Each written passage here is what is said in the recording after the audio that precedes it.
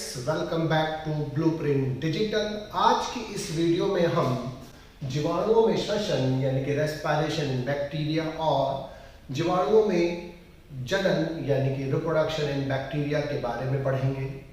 Video को start करने से पहले हमारे चैनल को सब्सक्राइब करें और बेल आइकन दबाना न भूलें, जिससे हमारे लेटेस्ट वीडियोस की नोटिफिकेशन आपको प्राप्त होती रहे। अब हम आज के टॉपिक पर आते हैं।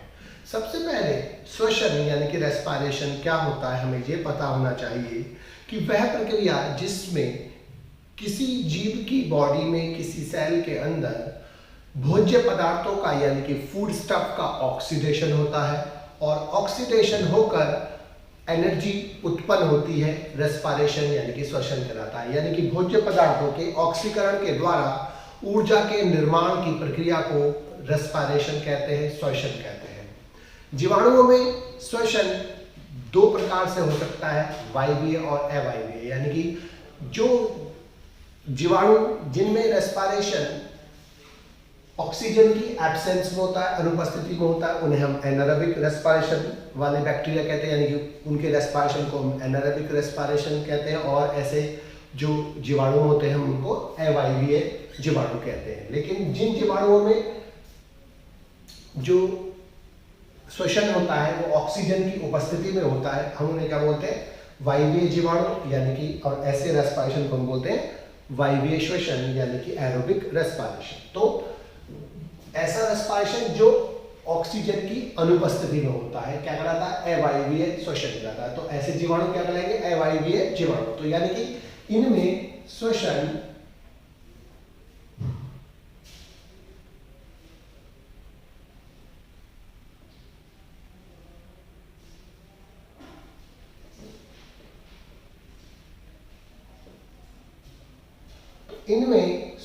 ऑक्सीजन की अनुपस्थिति में होता है और इनमें ऑक्सीजन की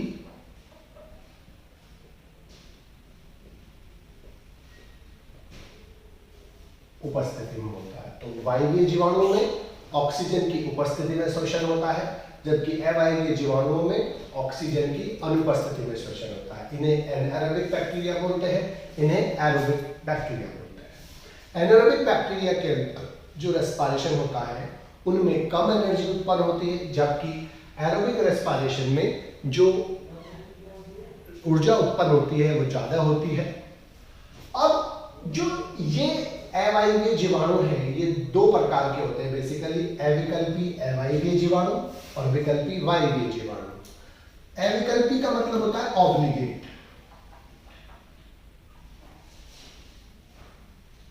एन एरोबिक बैक्टीरिया, और विकल्पी का मतलब है फैकल्टेटिव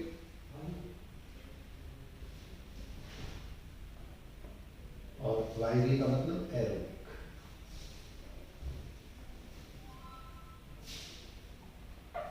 तो फैकल्टेटिव एरोबिक बैक्टीरिया और ऑब्लिगेट एनारोबिक बैक्टीरिया। तो अविकल्पी अवायवीय जीवाणु का मतलब क्या है कि ये जीवाणु ऑक्सीजन की अनुपस्थिति में श्वसन करके अपने आप को सर्वाइव कर पाते हैं। लेकिन अगर ऑक्सीजन उपलब्ध हो जाए, अर्थात माध्यम में ऑक्सीजन हो जाए, उपस्थित होती है, तो ये ऑक्सीजन की उपस्थिति में मृत हो जाते हैं, मर जाते हैं। अर्थात ये ऑक्सीजन की उपस्थिति में अपने आप को सर्वाइव नहीं कर पाते, या हम ये कह सकते हैं वो इनके लिए पॉइजन की तरह काम करती है। तो ऑक्सीजन की अनुपस्थिति में तो ये सर्वाइव करेंगे, लेकिन ऑक्सीजन में ये सर्वाइव नहीं कर पाएंगे। अर्थात ये केवल ऑक्सीजन की अनुपस्थिति में ही जीवित रहते हैं, सर्वाइव करते हैं, और ऑक्सीजन की उपस्थिति में ये मर जाते हैं, इनकी मृत्यु हो जाती है। एग्जाम्पल क्लोस्ट्रीडियम बोटुलिनम, जो बोटुलिज्म डिजीज करता है, एक प्रकार की फूड पॉइजनिंग होती है।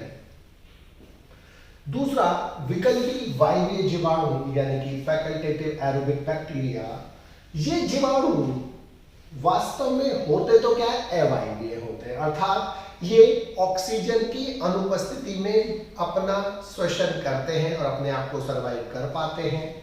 लेकिन अगर बाई चांस ऑक्सीजन उपलब्ध हो जाती है तो ये ऑक्सीजन की उपस्थिति में ये मरते नहीं हैं, अपने आप को सरवाइव कर जाते हैं। अर्थात इनके लिए ऑक्सीजन पॉइजन की तरह काम नहीं करती है और ये ऑक्सीजन में आने पर अपने आप को वायवीय बना लेते हैं। अर्थात ये अब ऑक्सीजन की उपस्थिति में भी श्वसन करने लगते हैं और इनकी मृत्यु नहीं होती है।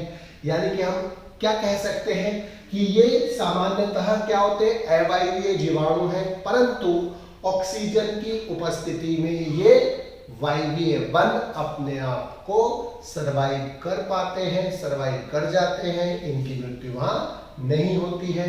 तो ऐसे जीवाणु क्या कहते हैं, विकल्पी वायवीय जीवाणु, जैसे किण्वन यानी कि फर्मेंटेशन बैक्टीरिया, लेकिन एक्सेप्ट एसिटोबैक्टर एसिटी। एसिटोबैक्टर एसिटी को छोड़कर बाकी सारे जो किण्वन बैक्टीरिया होते हैं वो कैसे होते हैं, विकल्पी वायवीय जीवाणु होते हैं, क्योंकि एसिटोबैक्टर एसिटी विकल्पी अवायवीय जीवाणु है।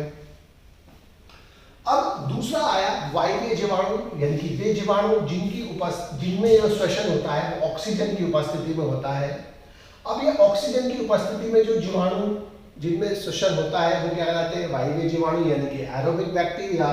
तो वायवीय जीवाणु या एरोबिक बैक्टीरिया दो प्रकार के होते हैं, एक अविकल्पी वायवीय जीवाणु और एक विकल्पी अवायवीय जीवाणु। यानी कि जब कोई बैक्टीरिया केवल ऑक्सीजन की उपस्थिति में सरवाइव करता है और ऑक्सीजन की अनुपस्थिति में वो सरवाइव नहीं कर पाता, उसकी मृत्यु हो जाती है, एक ऐसा जीवाणु क्या कहलाता है, अविकल्पी वायवीय जीवाणु यानी कि ऑब्लिगेट एरोबिक बैक्टीरिया।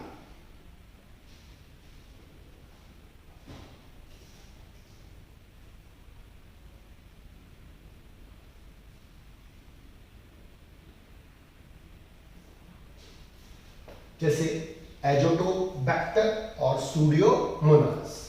लेकिन कुछ जीवाणु ऐसे होते हैं जिनमें श्वसन ऑक्सीजन की उपस्थिति में होता है, अर्थात ये नॉर्मली तो क्या होते हैं, एरोबिक होते हैं, वायवीय होते हैं, लेकिन अगर बाय चांस ऑक्सीजन उपलब्ध नहीं होती है, माध्यम में ऑक्सीजन नहीं है, तो ये मरते नहीं हैं और ये यहाँ पर विकल्पी अवायवीय बन जाते हैं, अर्थात अवायवीय श्वसन करने लगते हैं और अपने आप को सरवाइव कर जाते हैं, अर्थात इनकी मृत्यु वहां नहीं होती। यानी कि ये जीवाणु सामान्यतः प्रायः क्या होते हैं, एरोबिक होते हैं, लेकिन एरोबिक कंडीशन में, अवायवीय परिस्थितियों में ये अवायवीय बन अपने आप को सरवाइव कर जाते हैं, अपने आप को बचा जाते हैं, अपने आप को मृत्यु से बचा देते हैं, अर्थात ये जीवित रह जाते हैं। जैसे एसिटोबैक्टर एसिटी और क्लोस्ट्रीडियम टिटैनी, जिसके कारण टिटनेस रोग होता है। जीवाणुओं में जनन यानी कि रिप्रोडक्शन इन बैक्टीरिया के बारे में पढ़ेंगे। जीवाणुओं में जनन तीन बेसिक प्रकार से होता है, लेकिन सबसे पहले हमें पता होना चाहिए कि जनन क्या होता है।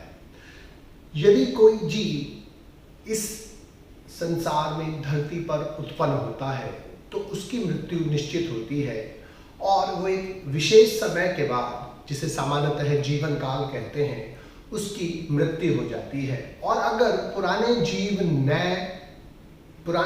मरते रहें और नए जीव पैदा न हो तो एक दिन वह स्पीशीज खत्म हो जाएगी, लेकिन नेचर में, प्रकृति में ऐसा नहीं होता है। क्यों?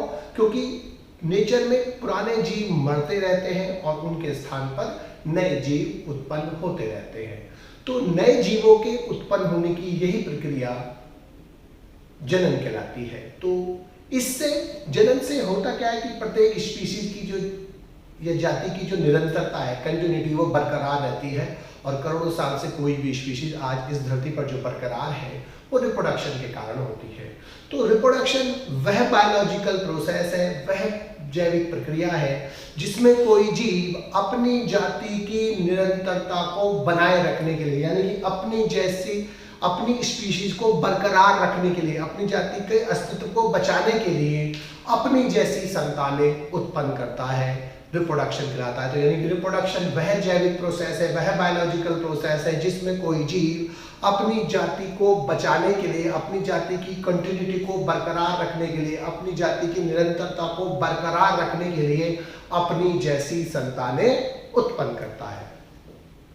अब जो जीवाणु है, जीवाणु में जो जनन होता है बेसिकली वो 3 प्रकार का होता है। कायिक जनन यानी कि वेजिटेटिव रिप्रोडक्शन, अलैंगिक जनन यानी कि एसेक्सुअल रिप्रोडक्शन और आनुवांशिक पुनर्संयोजन यानी कि जेनेटिक रिकॉम्बिनेशन।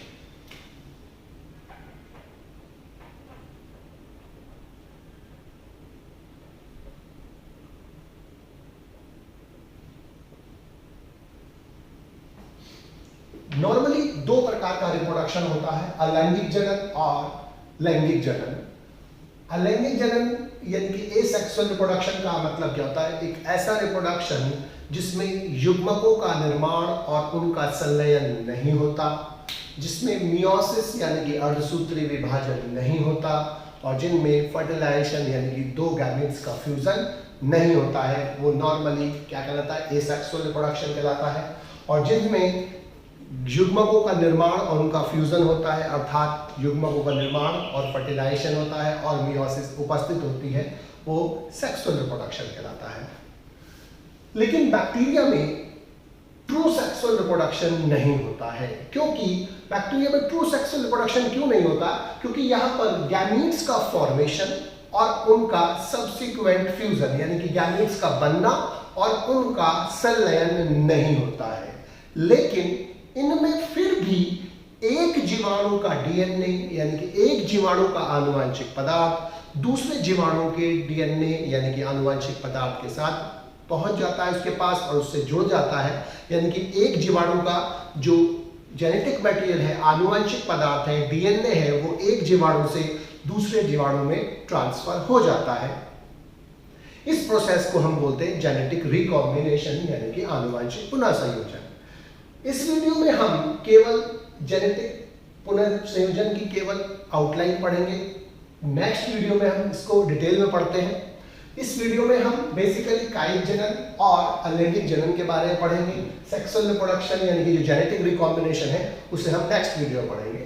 इसमें हम इसको केवल आउटलाइन पढ़ेंगे। जेनेटिक रिकॉम्बिनेशन का मतलब क्या है कि एक जीवाणु के डीएनए का या आनुवंशिक पदार्थ का दूसरे जीवाणु में पहुंचना, और ये 3 मेथड्स हो सकता है। रूपांतरण यानी कि ट्रांसफॉर्मेशन, संयुग्मन यानी कि कॉन्जुगेशन और तीसरा पारक्रमण यानी कि ट्रांसडक्शन। एक ऐसा मीडियम, एक ऐसा प्रोसेस जिसके अंदर जो जेनेटिक मटेरियल होता है यानी कि डीएनए होता है वो एक जीवाणु से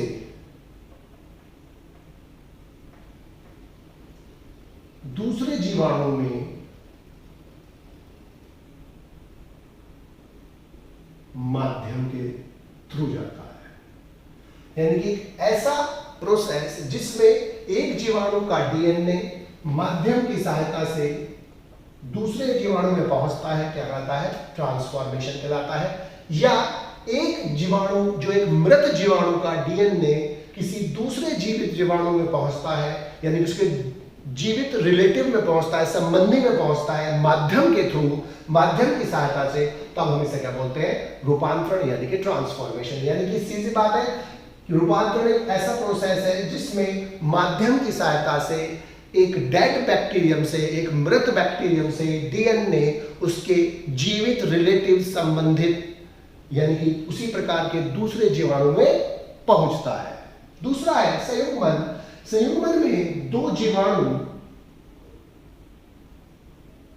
पास पास आते हैं, उनके बीच की वाल गल जाती है और एक बैक्टीरियम से आनुवंशिक पदार्थ का कुछ पार्ट डीएनए और कुछ पार्ट निकलकर दूसरे में ट्रांसफर होता है। यानी कि इस प्रोसेस को हम संयुग्मन कहते हैं। यानी कि संयुग्मन वह प्रक्रिया है जिसमें 2 जीव डायरेक्ट कांटेक्ट के थ्रू जेनेटिक मटेरियल का या आनुवंशिक पदार्थ का एक्सचेंज करते हैं या ट्रांसफर करते हैं, क्या कहलाता है? संयुग्मन। तो इसमें 2 जीवाणु एक साथ साथ आएंगे, दोनों के बीच की वाल गल जाएगी और जेनेटिक मटेरियल का ट्रांसफर होगा। यानी कि इसमें 2 जीवाणु के क्लोज कांटेक्ट से, आपस में क्लोज कांटेक्ट होने से जेनेटिक मटेरियल ट्रांसफर हो रहा है। और पारक्रमण यानी कि ट्रांसडक्शन, जिसमें एक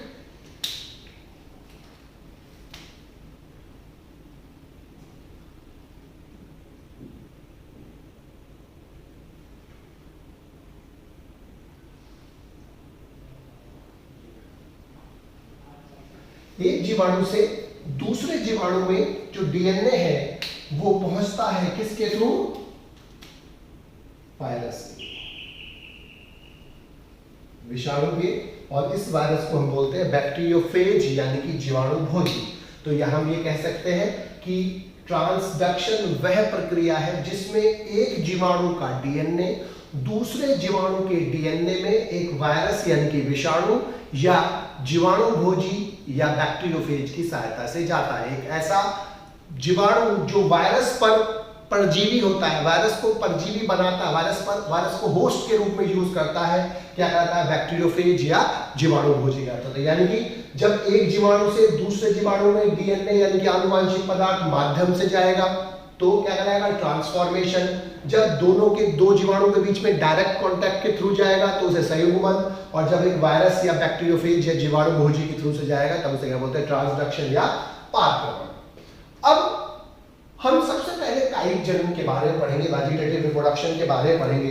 तो बैक्टीरिया में जो कायिक जनन होता है वो बेसिकली दो प्रकार से होता है, मुकुलन द्वारा और द्विविभाजन द्वारा। मुकुलन का मतलब बाय बडिंग होता है और इसका मतलब बाय बाइनरी फिशन होता है। अब मुकुलन में क्या होता है? मुकुलन का जो डिस्कवरी थी वो बिसेट और हेल ने बायोफिडी जीवाणु में की थी। मुकुलन या बडिंग किसी भी बैक्टीरिया में, किसी भी जीववादी वो सेम होती है। अब होता क्या है, इसमें किसी भी बैक्टीरिया के अंदर एक छोटी सी आउटग्रोथ बाहर निकलती है। ये इसका जेनेटिक मटेरियल है और ये इसका साइटोप्लाज्म है, कोशिका द्रव है। अब सबसे पहले इसमें एक छोटी सी आउटग्रोथ बाहर निकलती है और इस छोटी सी आउटग्रोथ को हम बोलते हैं बड या मुकुल। अब नेक्स्ट स्टेप में ये जो बड है, इस बड में इस जेनेटिक मटेरियल का और साइटोप्लाज्म का थोड़ा सा पार्ट निकलकर ट्रांसफर हो जाता है। और तीसरे स्टेप में ये बड सेपरेट हो जाती है और फिर ग्रो कर कर एक नए बैक्टीरियम में, एक नए जीवाणु में वृद्धि कर जाती है। न्यू जीवाणु, नया जीवाणु। तो तीन स्टेप में हमें इसको समझना है कि सबसे पहले इस बडिंग में बैक्टीरिया से एक छोटी सी आउटग्रोथ बाहर निकलती है, अतिवृद्धि बाहर निकलती है, जिसे हम क्या बोलते हैं? मुकुल या बड। दूसरे स्टेप में अब बैक्टीरिया सेल से या किसी भी जीव में अगर हो रहा है तो उस जीव के अंदर, जैसे ईस्ट में भी होता है, तो इसका जेनेटिक मटेरियल का छोटा सा पार्ट और साइटोप्लाज्म का छोटा सा पार्ट निकलकर अब बड में स्थानांतरित हो जाता है, ट्रांसफर हो जाता है। और तीसरे स्टेप में अब ये जो बड है इस पेरेंट सेल से, इस पैतृक जनक कोशिका से पृथक हो जाएगी, शेड हो जाएगी, अलग हो जाएगी और पृथक होकर ये वृद्धि करके एक नए जीवाणु का निर्माण करेगी। तो इस प्रोसेस से ये बडिंग के द्वारा बैक्टीरिया डिवीजन करता, रिप्रोडक्शन करता है। दूसरा है बाइनरी फिशन। अब बाइनरी फिशन थोड़ा सा हमें ढंग से समझना है। क्यों समझना है? क्योंकि ये जीवाणुओं में होने वाला सबसे सामान्य प्रकार का जनन है। लोअर ऑर्गेनिजम्स में सामान्यतः जो सबसे प्रमुख कॉमन प्रकार का जनन होता है वो बाइनरी फिशन होता है। फिशन का मतलब क्या होता है कि ऐसा रिप्रोडक्शन जिसमें किसी जीव की बॉडी दो या दो से ज्यादा भागों में टूट जाती है, स्प्लिट हो जाती है, क्या कहलाता है? फिशन कहलाता है, यानी कि विभाजन कहलाता है। अब ये दो प्रकार का होता है बेसिकली। जब एक ऑर्गेनिज्म की बॉडी एक जनक की बॉडी या एक ऑर्गेनिज्म की बॉडी दो डॉटर सेल्स में या डॉटर ऑर्गेनिज्म में टूटेगी तब हम इसे बोलते हैं बाइनरी फिशन यानी कि द्विविभाजन। और जब एक सेल कई सारी सेल्स का निर्माण करेगी या एक ऑर्गेनिज्म कई सारे ऑर्गेनिजम्स का निर्माण करता है तब हम इसे बोलते हैं मल्टीपल फिशन यानी कि बहुविभाजन। तो बाइनरी फिशन लोअर ऑर्गेनिज्म में होने वाला सबसे कॉमन प्रकार का जनन है। और खास बात क्या है कि जीवाणुओं में जो बाइनरी फिशन होता है वो एमाइटोसिस यानी कि असूत्री विभाजन द्वारा होता है। असूत्री विभाजन का मतलब क्या होता है, इसमें जो जेनेटिक मटेरियल होता है वो डिवाइड होकर दो बनाता है, लेकिन इसमें जो क्रोमोसोम्स होता है उनका डिवीजन नहीं होता, यानी कि डायरेक्ट ही जेनेटिक मटेरियल जो होता है वो दो भागों में टूट जाता है। जबकि माइटोसिस में और मियोसिस में क्रोमोसोम्स डिवाइड होते हैं, क्रोमोसोम डिवाइड होकर वो इक्वली डिवाइड होकर आगे सेल्स में स्थानांतरित होते हैं।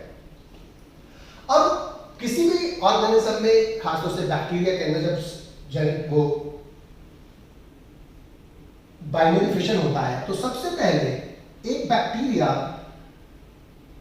ये इसका जेनेटिक मटेरियल है और ये इसका साइटोप्लाज्म में कोशिका द्रव है। अब सबसे पहले एमाइटोसिस से इस बैक्टीरिया का जो जेनेटिक मटेरियल है वो डिवाइड होने लगता है।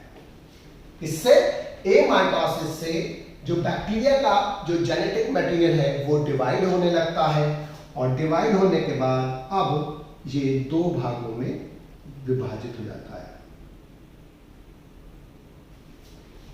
इसे कैरियोकाइनेसिस बोल देते हैं अगर ये माइटोसिस टाइप के डिवीजन होता है, लेकिन चूंकि यहां पर केवल डायरेक्ट डिवीजन हो रहा है इसलिए इसको एमाइटोसिस कहते हैं। अब तो ये विभाजित होकर दो अणु बनाने का, अब इसमें क्या होगा, ट्रांसफर सेप्टम बनेगा।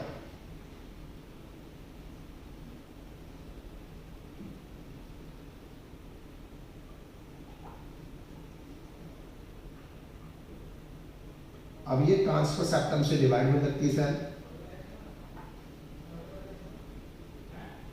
और इसके बाद ये दो अलग अलग भागों में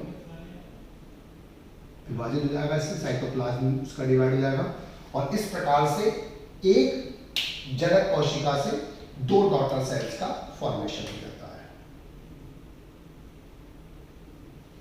तो बाइनरी फिशन सबसे कॉमन प्रकार का जनन होता है, एमाइटोसिस से होता है जिसमें जीवाणुओं में, और इसमें सबसे पहले इसका जेनेटिक मटेरियल डिवाइड होकर दो बनाता है, और ट्रांसफर सेप्टम से सेल का साइटोप्लाज्म और सेल जो होती है वो भी दो भागों में डिवाइड होने लगती है, और धीमे धीमे करके दो भागों में ये डिवाइड होता है। इसके बाद अलैंगिक जनन, जीवाणुओं में अलैंगिक जनन स्पष्ट नहीं होता है, क्योंकि कुछ साइंटिस्ट इसको रिप्रोडक्शन का मेथड ही नहीं मानते हैं, वो केवल इसको पेरिनेशन का मेथड मानते हैं, यानी कि चिरकालिता का मेथड मानते हैं। पेरिनेशन का मतलब क्या होता है कि पासिंग अनफेवरेबल कंडीशन, यानी कि प्रतिकूल परिस्थितियों को पास करने की जो प्रोसेस होता है हम उसको पेरिनेशन बोलते हैं। और पेरिनेशन में कोई भी जीव ऐसी चीजों की व्यवस्था करता है जिससे वो प्रतिकूल परिस्थितियों को आसानी से पास कर सके। तो प्रतिकूल परिस्थितियों में कुछ जीवाणु, विशेष रूप से बैसिलाई या बैसिलस जो जीवाणु होते हैं, उनमें एंडोस्पोर्स का निर्माण होता है दो चीजों के लिए। किसके लिए? एक तो पेरिनेशन के लिए और एसेक्सुअल रिप्रोडक्शन के लिए। लेकिन कुछ साइंटिस्ट इसे एसेक्सुअल रिप्रोडक्शन नहीं मानते हैं। ये स्पोर्स मोटी दीवार वाले रेस्टिंग स्पोर्स है। रेस्टिंग स्पोर्स का मतलब ये रेस्ट रखते हैं और वे डोरमेंट बरकरार रहते हैं, मतलब एक्टिव नहीं रहते हैं, और ये प्रतिकूल परिस्थितियों में डोरमेंट पड़े रहते हैं। और जब ये सफलतापूर्वक उसको पास कर लेते हैं प्रतिकूल परिस्थितियों को, जैसे ही फेवरेबल कंडीशन आती है तो ये नया ऑर्गेनिज्म बनाते हैं। तो एंडोस्पोर्स को गुणन के बिना प्रजनन करने वाला मेथड भी कहते हैं, कि ये गुणन के बिना प्रजनन प्रदर्शित करते हैं, यानी कि मल्टीप्लिकेशन के बिना, यानी कि रिप्रोडक्शन विदाउट मल्टीप्लिकेशन शो करते हैं। और एंडोस्पोर के कॉर्टेक्स भाग में उपस्थित कैल्शियम डिपिकोलोनिक अम्ल और पेप्टिडोग्लाइकन की उपस्थिति के कारण ये स्पोर्स बहुत ज्यादा प्रतिरोधी होते हैं, रेजिस्टेंट होते हैं, और ये विभिन्न प्रकार के चीजों से अपने आप को बचा पाते हैं। और जिन जिन चीजों के प्रति ये प्रतिरोधी होते हैं, प्रतिरोधी किसके कारण है? कैल्शियम डिपिकोलोनिक अम्ल और पेप्टिडोग्लाइकन की उपस्थिति के कारण। और ये किस किस के प्रति प्रतिरोधी होती है? सबसे पहले उच्च या अत्यधिक ताप पर, बहुत ज्यादा ताप को भी ये बर्दाश्त कर जाते हैं, विकिरण को बर्दाश्त कर पाते हैं, अत्यधिक कम ताप को भी बर्दाश्त कर पाते हैं, प्रतिजैविक यानी कि एंटीबायोटिक्स के प्रति भी प्रतिरोधी हो जाते हैं, ये अम्लों के प्रति भी प्रतिरोधी होते हैं, रसायनों के प्रति और आदि इसके अलावा अन्य चीजों के प्रति भी ये प्रतिरोधी होते हैं। अब ये बैक्टीरिया की जो एंडोस्पोर है उसकी जो संरचना है, तो उसकी संरचना में सबसे पहले जो उसका जेनेटिक मटेरियल होता है, डीएनए और साइटोप्लाज्म का जो अन्य पार्ट होता है, वो छोटा सा पार्ट बैक्टीरियल सेल में अलग आता है। ये पूरी एक बैक्टीरियल सेल है जिसमें इसकी सेल वॉल है, ये इसकी सेल मेम्ब्रेन है और ये इसका साइटोप्लाज्म है। तो साइटोप्लाज्म में छोटा सा पार्ट बैक्टीरिया का, उसके अंदर जो डीएनए और अन्य मटेरियल होते हैं साइटोप्लाज्म के, वो एक छोटा सा पार्ट में अलग हो जाते हैं। इसको बोलते हैं कोर या साइटोप्लाज्म, और इसमें डीएनए और अन्य मटेरियल उपस्थित होते हैं। अब इस कोर के ऊपर एक वाल बन जाती है।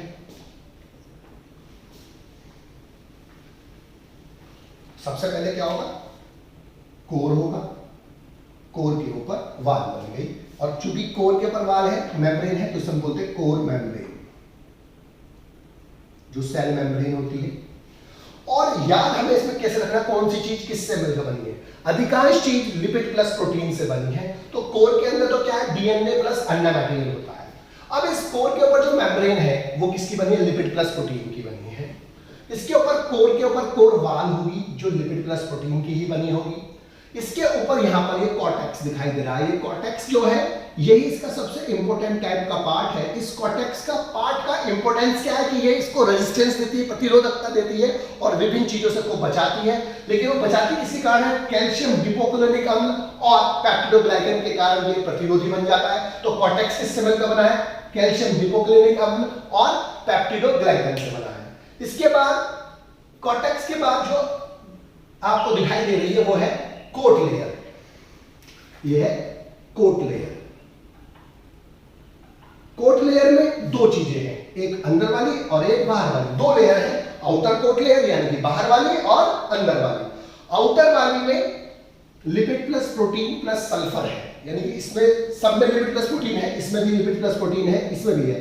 तो इनर में भी लिपिड प्लस प्रोटीन है, लेकिन बाहर वाली में लिपिड प्लस प्रोटीन के साथ सल्फर। तो एक तो आपको ये याद रखना है कि सल्फर इसमें लिपिड प्लस प्रोटीन के साथ है। दूसरा, इसके बाद जो लास्ट लेयर है वो है एक्सोस्पोरियम, और एक्सोस्पोरियम भी लिपिड प्लस प्रोटीन की बनी होती है। तो सबसे पहले कोर, कोर के ऊपर कोर मेम्ब्रेन, कोर मेम्ब्रेन के ऊपर कोर वाल, कोर वाल के ऊपर कॉर्टेक्स, कॉर्टेक्स के बाद inner cortex, inner coat layer, inner coat layer के बाद आउटर कोट लेयर, और आउटर कोट लेयर के बाद एक्सोस्पोरियम। तो सारी चीजें चादर किससे बनी है, लिपिड प्लस प्रोटीन से। कौन कौन सी, देखो एक्सोस्पोरियम लिपिड प्लस प्रोटीन से, इसके बाद इनर कोट लेयर भी और आउटर कोट लेयर भी लिपिड प्लस प्रोटीन से। लेकिन बस आउटर में लिपिड प्लस प्रोटीन के साथ आपको याद रखना सल्फर। कॉर्टेक्स अलग बनी है सबसे ज्यादा कैल्शियम डिपोक्लोनिक अम्ल और पेप्टिडोग्लाइकन की, इसके कारण ये बहुत मजबूत होता है। और इसके बाद कोर वाल, कोर मेम्ब्रेन, दोनों ही कैसे बनी है, लिपिड प्लस प्रोटीन से। और जो कोर है वो किससे मिलकर बना है, डीएनए और अन्य मटेरियल से। अब प्रतिकूल परिस्थितियां होने पर ये एज इट इज बरकरार रहता है, डॉर्मेंट रहता है, निष्क्रिय रहता है और प्रतिकूल परिस्थितियों को पास करता है। और जब प्रतिकूल परिस्थितियां पास कर देता है तो अनुकूल परिस्थितियां आने पर एंडोस्पोर्स की सुरक्षात्मक जो आवरण है वो नष्ट हो जाते हैं, खत्म हो जाते हैं, और एक नया जीवाणु, एक नया यंग बैक्टीरियम बाहर आता है, और वो अब ग्रो करके एक नया जीवाणु, एक नए यंग बैक्टीरिया जो आगे जाकर ग्रो करके एक नए बैक्टीरिया में वो कन्वर्ट हो जाता है। बच्चों, आज की इस वीडियो में बस हम इतना ही पढ़ेंगे। हमारी इस वीडियो को आप लाइक करें और अपने दोस्तों के साथ शेयर करें। यदि आपको कोई डाउट है तो आप हमें कमेंट करके बता सकते हैं। इस अध्याय को और अच्छे से पढ़ने और समझने के लिए आप चित्रा प्रकाशन की बुक एक्टिव जीव विज्ञान की सहायता भी ले सकते हैं।